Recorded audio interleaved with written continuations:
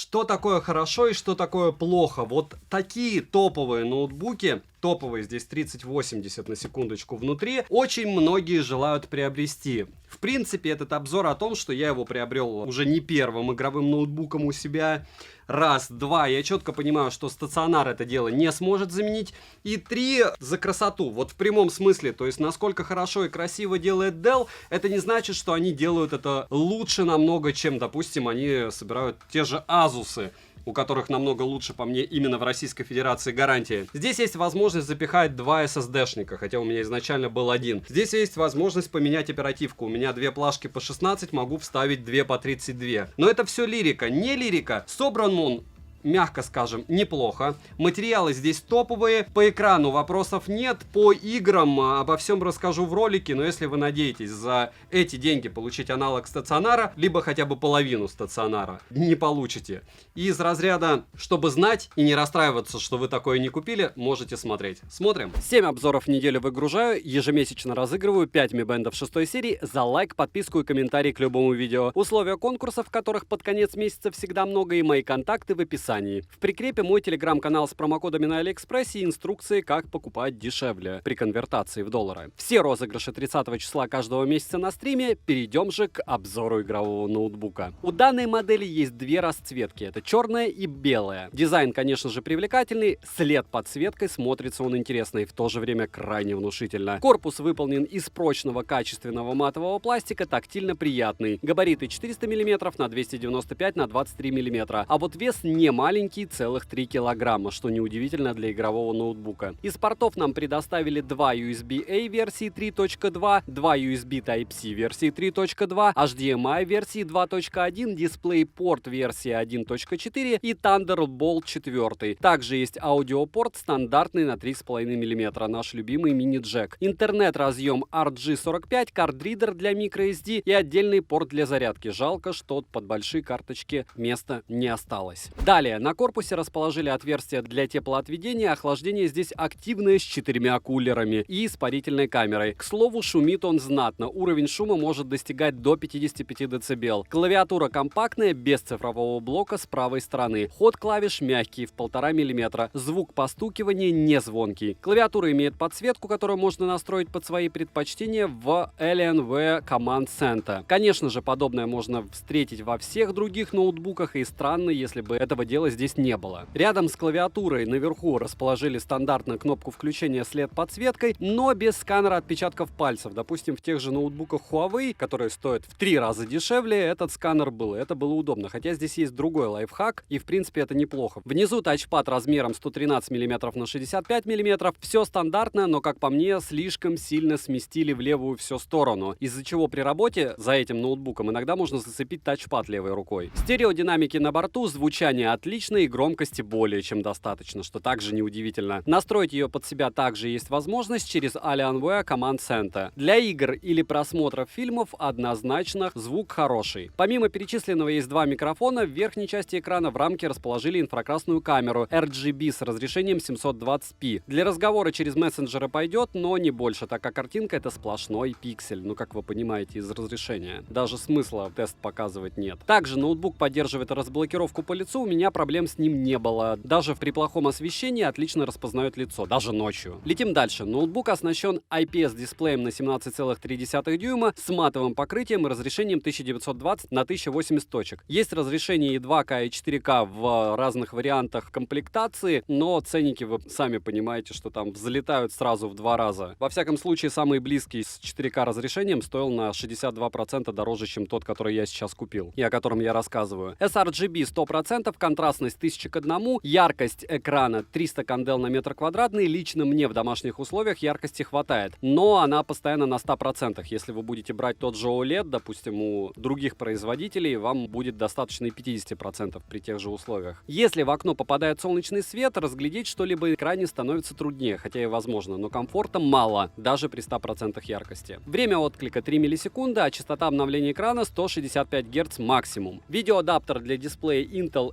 HD Graphics. Сильных засветов я не обнаружил, что хорошо, и неудивительно, опять же, за эту стоимость. Цветопередача мне понравилась. Красный здесь естественный, и остальные цвета, возможно, слегка не хватает насыщенности. Но опять же, все решается калибровкой, руки у всех прямые. Welcome. Я думаю, любой сможет подстроить под себя. В целом, несмотря на Full HD разрешение, экран неплохой, но и не топ. Летим дальше. Ну и основное, это в принципе при покупке подобного аппарата понимание, есть ли возможность туда докинуть винчестер, есть ли возможность докинуть туда, допустим, оперативную память. Сразу сходу не разбирался, когда я покупал, это было из разряда приступа паники, что больше я купить такое не смогу, но так и есть, то есть я его брал фактически в 2 раза дешевле, чем он сейчас стоит, и разумеется я планирую туда закинуть еще одну планку оперативки, если есть эта возможность, и закинуть туда еще раз какой-нибудь M2 винт, хотя может быть и неправильно твердотельный винчестер называть винтом. Следующий момент, что я хотел бы сразу отметить. Я, может быть, не вижу здесь пломбы, может быть, где-то она есть, но вот сейчас, допустим, при вскрытии я пломб не вижу. Но если они реально здесь где-то имеются,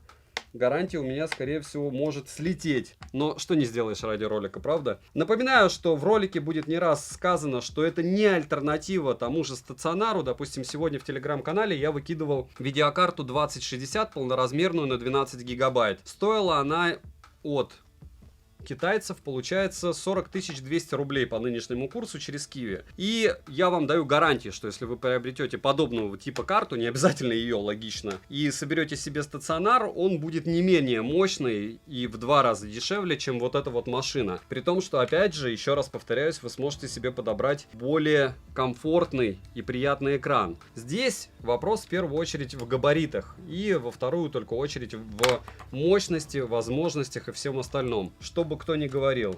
Плюс, опять же, почему подобные вещи имеют большой спрос в тех же Штатах?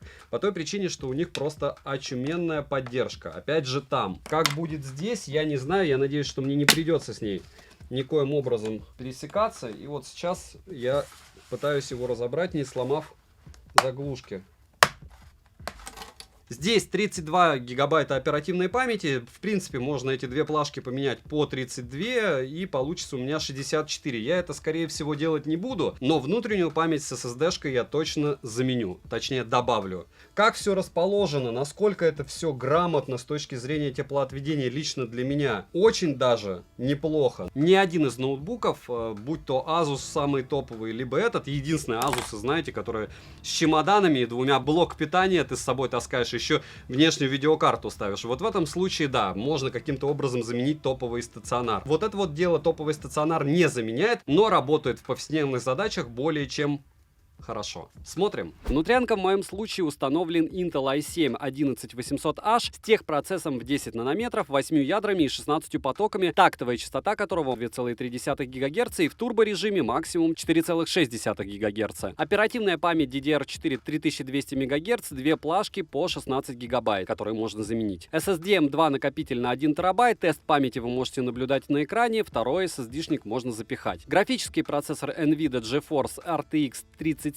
с техпроцессом 8 нанометров и 8 гигабайтами памяти. Есть варианты и на 16 гигабайт, и на 3080, и ноутбуки тоже в продаже имеются. Ноутбук поддерживает Wi-Fi 6 серии, Bluetooth версии 5.2, операционка у меня стоит Windows 11, без проблем встает и не глючит. Далее, для оптимизации ноутбука под ваши задачи есть приложение Alien Command Center, о котором я уже упоминал. Интерфейс удобный и все интуитивно понятно. Батарея литий-ионная на 87 Вт-часов. Полный цикл зарядки 1 час 23 минуты. Если говорить об автономности, то 30% заряда съедает за 30 минут работы в фотошопе на максимальной яркости и сбалансированным расходом заряда батареи. При просмотре фильма за 1 час ушло 62%, Cyberpunk 2077 за 30 минут ушло 36%. Возможно, как-то батарею надо калибровать, но во всяком случае вот так в стоке, если не думая использовать ноутбук, такие цифры вы получаете. Обычный серфинг в интернете менее прожорливый к разряду аккумулятора и за 30 минут уходит 14%. То есть, проще говоря, 28% в час, и если если вы просто будете ползать в инете, хватит его вам на 3,5 часа плюс-минус. Перейдем же к тестам. В Geekbench в сингл-коре выбивает 1441 балл, мультикор показал 6942 балла, CUDA Score 137 тысяч, OpenCL Score 128 тысяч и Vulkan Score 8000. 30-минутный стресс-тест с участием ГПУ прошел не идеально, он знатно так нагрелся, результаты вы можете видеть на экране. Все тесты я проводил, разумеется, с подключенным питанием. Вдруг кого-то беспокоит этот момент, разумеется, что если вы отключите питание, ноутбук включит режим экономии при любых раскладах и будет показывать худшие результаты, что в играх, что в работе. Летим дальше. Тестировал игры, а на максимальной его производительности, как по мне, показал себя X17R1 хорошо. В Cyberpunk 2077 на высоких настройках графики играть комфортно, просадка FPS изредка проскакивает, в среднем показывает 90 FPS, в целом играть приятно. В GTA 5 дела обстоят лучше, стабильно показывает 59-60 FPS, картинка плавная, без подвисаний. Также я установил Resident Evil Village, с которой X17R1 справился хорошо. Проблема только в шуме от вентиляторов и нагреве самого устройства. Так что если хотите играть, либо рядом колоночки, либо на максимум громкость, либо наушники. Если рассматривать другие игры более легкие, к примеру, тот же PUBG или танки, говорить не о чем. Я думаю, вы и сами все прекрасно понимаете, что они летают. Минусы: довольно шумная система охлаждения, нет сканера отпечатков пальцев и неяркий экран с Full HD разрешением и маленькой автономностью. Цену можете посмотреть по ссылке в описании к видео, если опять же найду. Если нет, я туда помещу аналог, по моему мнению, который стоит меньше, и его покупать разумнее. И с точки зрения ремонта, и с точки зрения поддержки, и с точки зрения ценника. Потому что Alienware X17 можете погуглить где хотите, сколько он стоит на территории Российской Федерации. Спойлер: машины подорожали меньше, чем подобная техника. Я купил ноутбук и получается стационар. У меня стационары есть R12 и R13 теперь. Не забываем подписываться на телеграм-канал Взаимопомощи, там 7700 человек. Нет мата, нет хамства, нет рекламы и, самое главное, нет политики. Про экономику иногда обсуждаем, но потом удаляем. Если есть вопросы, пожалуйста, приходите, пользуйтесь поиском сначала, а потом спрашивайте. Всем будем рады. И не забывайте подписываться на телеграм-канал скидок, я туда скидываю самые приятные цены, по моему мнению, опять же, в основном на товары, которые либо я обозревал, либо у меня на руках. Зарядок и носков не постю. Резюмирую. Alienware X17R1 действительно хороший игровой ноутбук, но не за его цену и не с таким экраном, и даже за тот ценник, который я его покупал, я ни в жизни бы его не приобрел, если бы не знал, что потом приобрести его будет огромная проблема. А игровой ноутбук наподобие Asus ROG VM702, который у меня на руках, мне был нужен. И согласитесь, выглядит он классно. И когда тебе почти под 40, ты любишь игрушки, почему не приобрести то, чего всегда хотел? Понятно, что это как с яблоком, своих денег не стоит. Но теперь у меня есть возможность сравнивать, если я вдруг буду обозревать какие-то супермощные ноутбуки, никто мне не скажет, что у меня